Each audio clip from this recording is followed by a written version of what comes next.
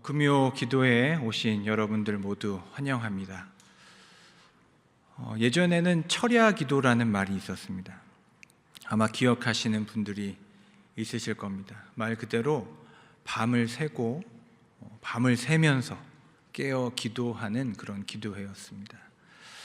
제가 예전에 섬기던 교회도 철야 기도가 있었습니다. 그래서 10시 정도, 11시 정도 되면 시작이 되어서 밤새 기도를 하고 집으로 돌아갑니다. 제 기억으로는 늘 기도회가 마치면 지하철 첫 차를 기다렸다가 타고는 했습니다.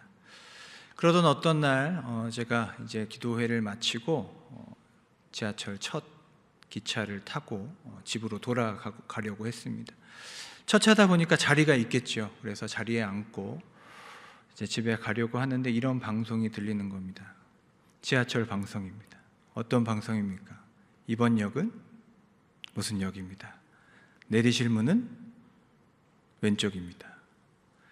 그런데 놀라운 경험을 했습니다. 제가 그렇게 방송을 듣고 잠깐 눈을 감았다가 떴는데요, 똑같은 방송이 나오는 겁니다.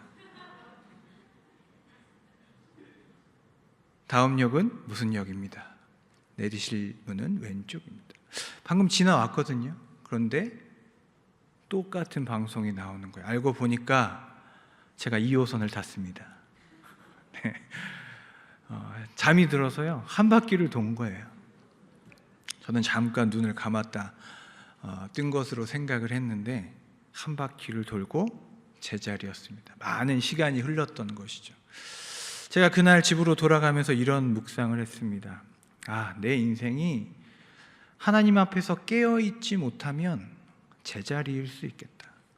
빙빙 돌다가 제자리에서 다시 정신 차릴 수 있겠다. 저의 2호선의 묵상이었습니다. 여러분, 기도한다는 것, 또 기도라는 것이 그렇게 쉽지 않습니다. 우리 성도님들이 많은 질문을 하시곤 합니다. 그런데 그 질문이 반복되고 또 그 질문을 하실 때마다 제가 고민이 되는 질문이 있습니다. 이런 질문입니다. 목사님, 왜 기도해야 할까요? 라는 질문입니다. 이 질문은 어떤 측면에서 보면 믿음이 아주 좋은 분들이 이런 질문을 합니다. 목사님, 하나님께서 다 아시잖아요.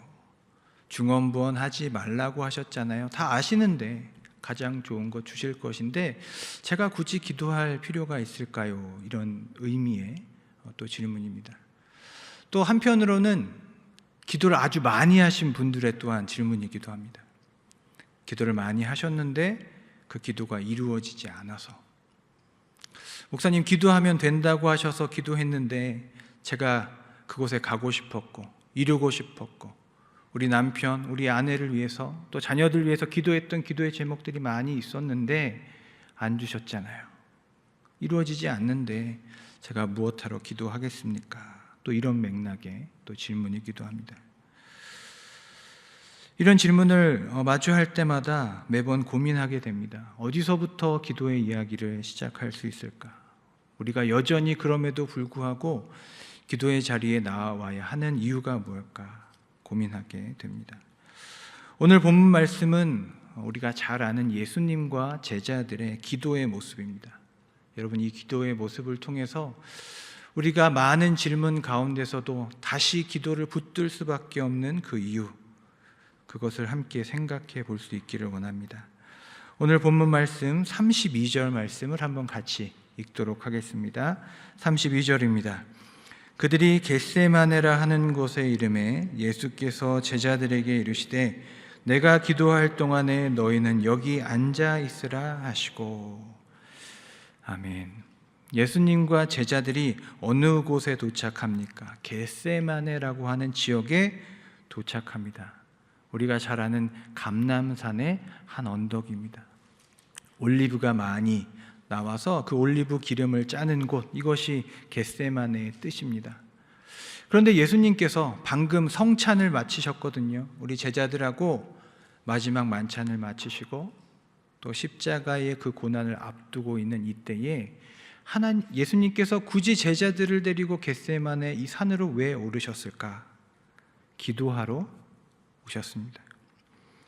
예수님께서 마가복음에서 총 3번 개인적으로 기도하는 모습을 우리에게 보여주십니다. 오늘은 그 중에서 마지막 3번째 장면입니다. 그렇다면 예수님께서는 언제 어떻게 기도하셨는지를 여러분 한번 들어보시기 바랍니다. 제가 첫 2 장면을 읽어드리겠습니다. 예수님께서 언제 어떻게 기도하셨는가? 마가복음 1장 35절. 새벽 아직도 밝기 전에 예수께서 일어나 나가 한적한 곳으로 가사 거기서 기도하시더니. 마가복음 6장 46절. 무리를 작별하신 후에 기도하러 산으로 가시니라. 예수님 언제 기도하셨는가? 마가복음 1장에서 기도하십니다. 예수님께서 그 공생애를 시작할 때였습니다. 수많은 사람들이 몰려들어서 예수님의 능력을 보고자 할 때에, 많은 것을 준비하고 계획하고 시작할 그때에 예수님 기도하셨습니다.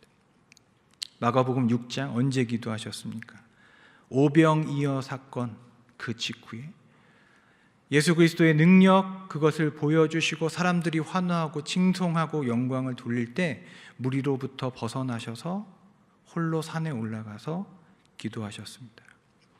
그리고 오늘 본문 14장에 지금 이 산을 내려가면 십자가가 기다리고 있는 그때의 예수님, 제자들과 함께 산에 올라 기도하셨습니다. 예수님 언제 기도하셨습니까? 중요한 출발할 때, 가장 분주할 때, 가장 잘 나갈 때, 그리고 가장 하나님이 멀게 느껴지고 고통스러운 때에 예수님께서 기도하러 가셨다는 것입니다. 기도가 참 필요한 때인 것처럼 보이지만 실제로 기도하기 매우 어려운 때입니다. 여러분, 기도하기 쉬운 때가 있고요, 기도하기 어려운 때가 있는 것 같습니다. 여러분, 대한민국의 우리 사람들이 가장 많이 기도하는 때가 언제인 것 같습니까? 제가 가만히 생각해 보니까 요즘입니다. 다음 주에 수능이 있습니다. 종교를 막론하고 가장 많이 기도하는 때입니다. 또 언제일까요? 생각해 보니까 새해, 제가 예전에 동해안에 새해 일출을 보러 간 적이 있는데요, 정말 많은 사람들이 있고 해가 떠오르면 사람들이 하는 딱 2가지 행동이 있습니다. 사진을 찍고 아니면 기도합니다. 소원을 빕니다. 올 한 해 우리 가족 건강하게 해주세요. 좋은 일 많이 생기게 해주세요. 자연스럽게 기도가 나오는 때가 있고요, 기도하기 정말 어려운 때가 있습니다. 그런데 예수님의 이 기도의 때를 가만히 살펴보면 기도하기 쉬운 때가 한 번도 없었다는 거예요. 가장 분주할 때였습니다. 사람들이 환호하여 영광과 찬양을 받을 때 여러분 홀로 겸손하게 하나님 앞에 기도하는 것이 쉽겠습니까? 그렇게 쉽지 않다는 거예요. 그리고 마지막, 오늘 겟세마네 동산은 어떤 곳입니까? 그 겟세마네 동산을 가만히 묵상해 보면 참으로 역설적인 장소입니다. 왜냐하면 그 겟세마네 동산은 하나님의 뜻에서 가장 가까운 곳입니다. 어떻게 보면 인류 역사, 구원의 역사 가운데 예수 그리스도의 십자가라고 하는 하나님의 뜻에 가장 가까이 있습니다. 그런데 예수님 개인은 그 겟세마네를 어떻게 느끼십니까? 하나님과 가장 멀리 느끼는 곳입니다. 하나님의 거절, 고통이 그대로 느껴지는 곳이 어디냐? 바로 그 겟세마네, 그 기도의 자리입니다. 사랑하는 여러분, 기도하기 어려운 때가 바로 기도해야 할 때인 줄을 믿습니다. 이런 말이 있습니다. 밥 먹기 싫을 때가 가장 밥을 먹어야 할 때다. 기도도 마찬가지인 것 같아요. 기도가 어렵고 나오지 않고 기도의 발걸음을 향하기가 너무 어려운 그때가 사실은 우리 영혼에 있어, 우리 인생에 있어서 가장 기도해야 할 때라는 것입니다. 한 번은 한 성도님께서 이런 고백을 하셨습니다. 수술을 앞두고 수술 대기실에서 이렇게 대기를 하고 계셨대요. 얼마나 두렵고 떨리겠습니까? 큰 수술이었습니다. 그런데 그 대기실에서 조금 먼 그런 소리로 아기의 울음소리가 이렇게 나더라는 거예요. 아마도 그 아이도 수술을 대기하러 그곳에 있었던 것 같아요. 근데 목사님, 참 이상하죠? 저도 참 어렵고 힘든데 저도 모르게 그 아이를 위해서 저 아이 살려달라고 기도하게 되더라는 거예요. 이게 어떻게 가능할까? 또 라디오를 듣다가 한 장로님이 이런 고백을 하시는 걸 들었습니다. 지난 인생을 돌아봤더니 참 넘어짐이 많았다. 그런데 그렇게 넘어졌더니 기도하기 좋은 자세가 되었다. 여러분 그려지시죠? 인생에 넘어짐이 많았는데 서 있을 때는 내가 기도하기 참 어렵고 힘들었는데 넘어지고 보니까 넘어진 그 자리에서 엎드려 기도할 수 있었더라. 내가 무릎 꿇고 그런 비굴한 일, 어려운 일 당했는데 그 무릎 그대로 기도하니 하나님 만나주시더라. 그렇게 고백하는 것을 듣게 되었습니다. 여러분 이런 기도가 왜 가능하겠습니까? 예수님께서 이럴 때 기도하셨기 때문에 그렇습니다. 가장 고통스럽고 어려운 때 예수님께서 기도하셨습니다. 우리가 왜 기도해야 합니까? 여러 가지 이유를 우리가 말할 수 있겠지만 저는 여기서부터 시작해야 한다고 생각합니다. 예수님께서 기도하시기 때문에 우리도 기도합니다. 도저히 기도할 수 없고 하기 싫고 할 수 없다고 느껴지는 그때에도 기도하시는 예수님의 뒷모습을 보는 겁니다. 겟세마네로 향하시고 한적한 산을 향하시고 가장 분주할 때에도 시간을 내어서 무리들과 떨어져 기도하시는 예수님의 뒷모습을 보는 사람은 그때에도 기도할 수 있다는 것입니다. 그런데 오늘 예수님의 기도는 마가복음에 나오는 앞에 두 번의 기도와 조금 다른 점이 있습니다. 우리 33절 같이 한번 읽겠습니다. 본문 33절입니다. 베드로와 야고보와 요한을 데리고 가실새 심히 놀라시며 슬퍼하사. 참 재미있는 차이가 있습니다. 이전에 예수님이 기도하실 때는 혼자 가셨습니다.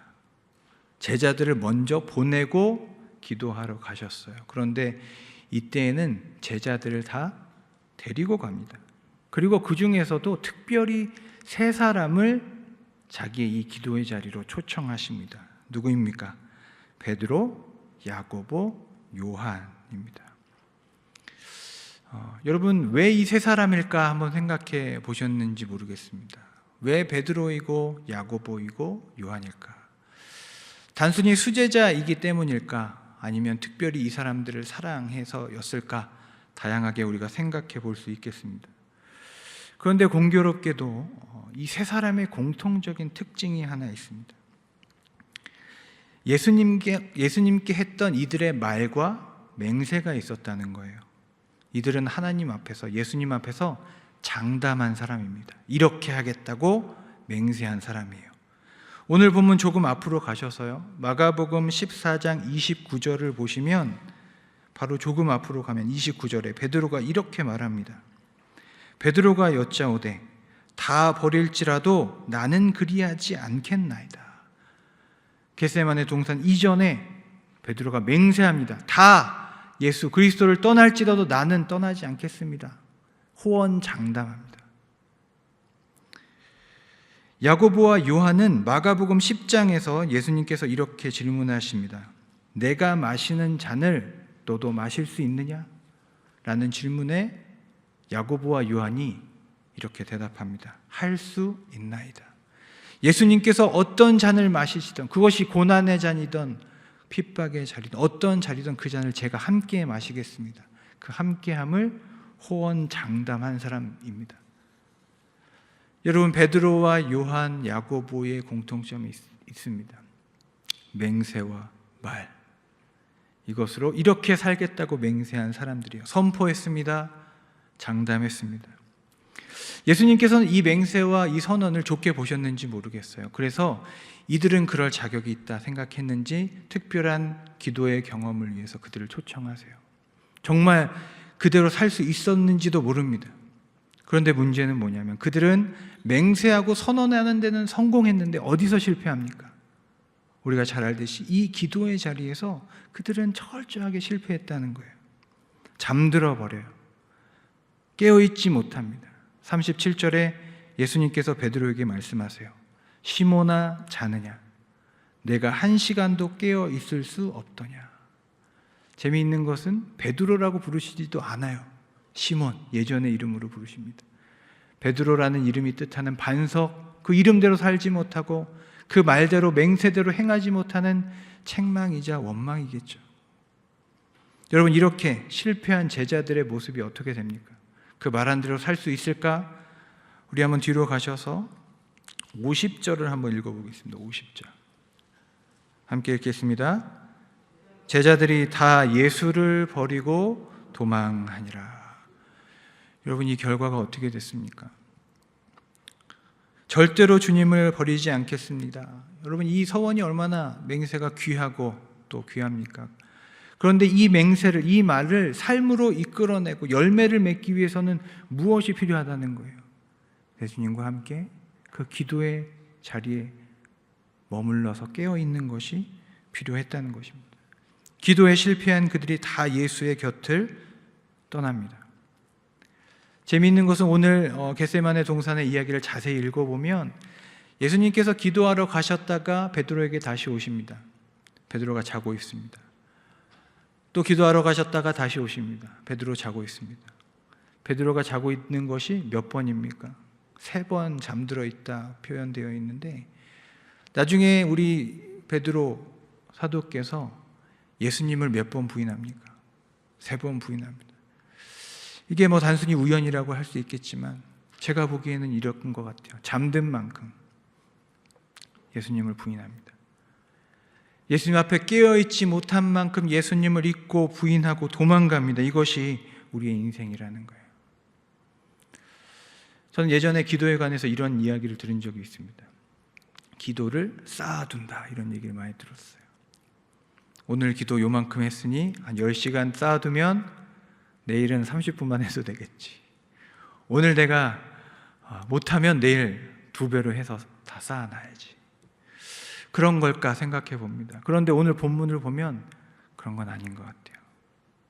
오늘 기도하지 않으면 우리는 바닥입니다. 오늘 기도하지 않으면 언제라도 예수 그리스도를 부인하고 도망갈 수 있는 존재가 바로 우리라는 거예요. 여러분, 기도의 자리에서 승리하시는 하나님의 백성 되시기를 축복합니다. 기도에 관한 하나님의 말씀 한 부분을 한번 찾아보도록 하겠습니다. 구약에서 하나님께서 기도에 관해서 이런 말씀을 하십니다. 에스겔서 36장 37절과 38절입니다. 에스겔서 36장 37절과 38절입니다.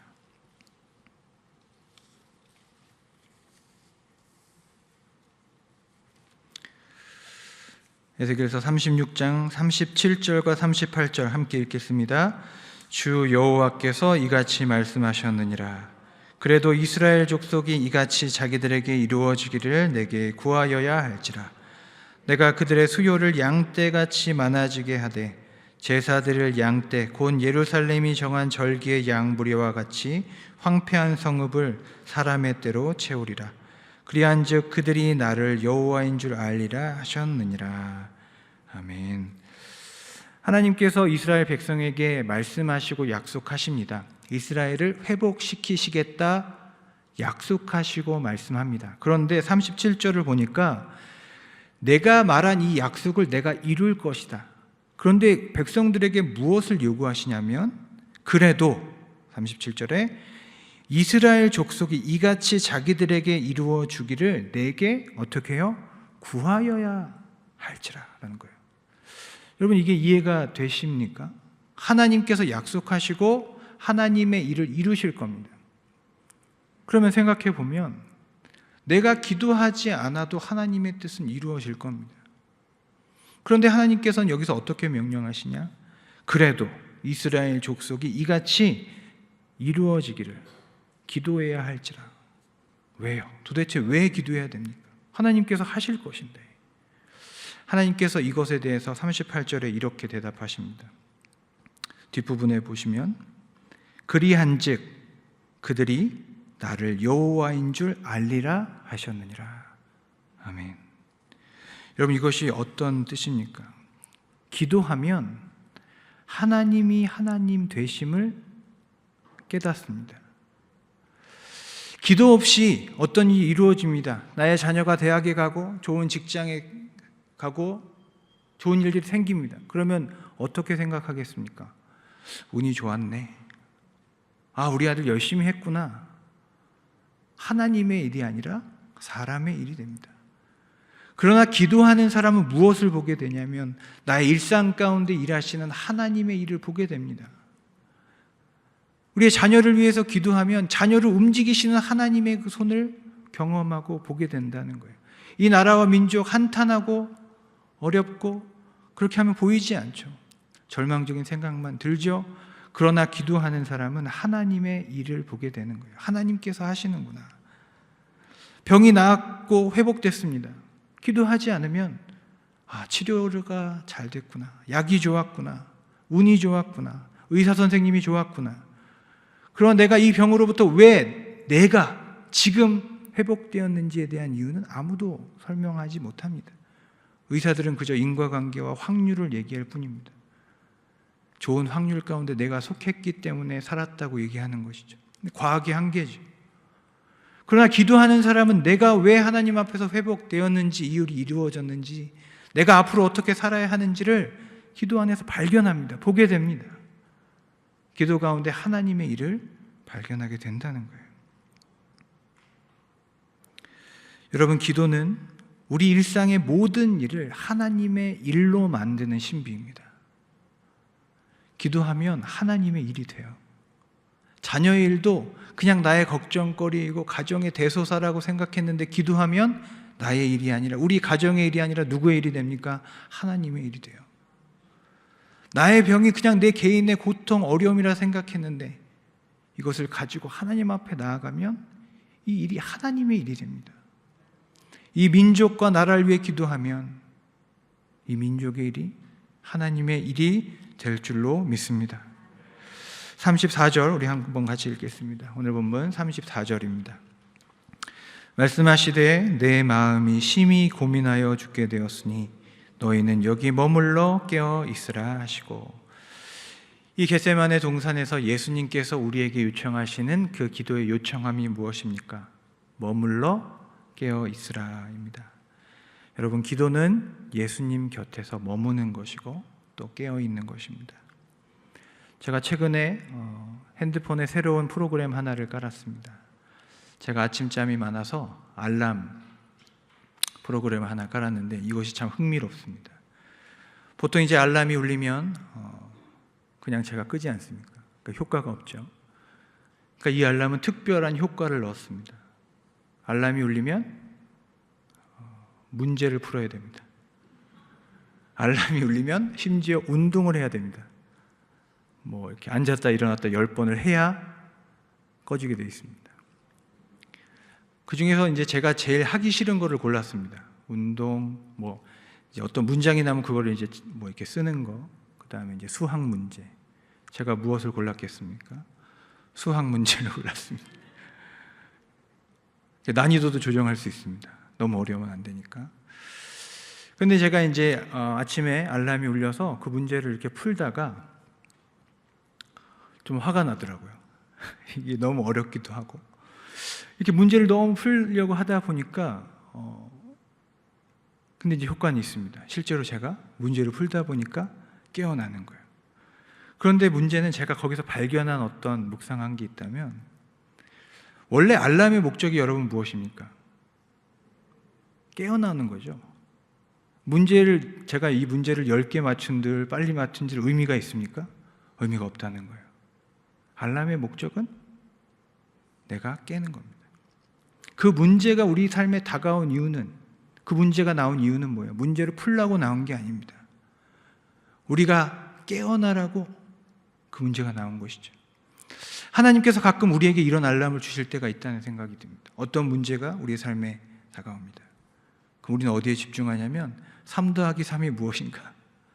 이걸 풀기 위해서 애를 써요. 그러나 하나님의 목적은 뭐예요? 깨어나는 겁니다. 마치 이 겟세마네 동산에서 예수님께서 그 제자들을 기도의 자리로 초청하는 알람과 같습니다.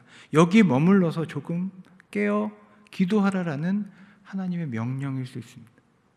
그것이 크고 작은 문제이든 어떤 것이든 우리를 어떤 자리에 멈추게 하시고 머물게 하시고 다시 하나님 앞에 엎드리게 한다면 그것이 하나님의 알람일 수 있다는 것입니다. 사랑하는 성도 여러분, 우리가 왜 기도할까요? 말씀을 정리하겠습니다. 첫 번째, 예수님께서 지금도 저 겟세마네 언덕에서 나와 여러분을 위해서 기도하고 계시기 때문입니다.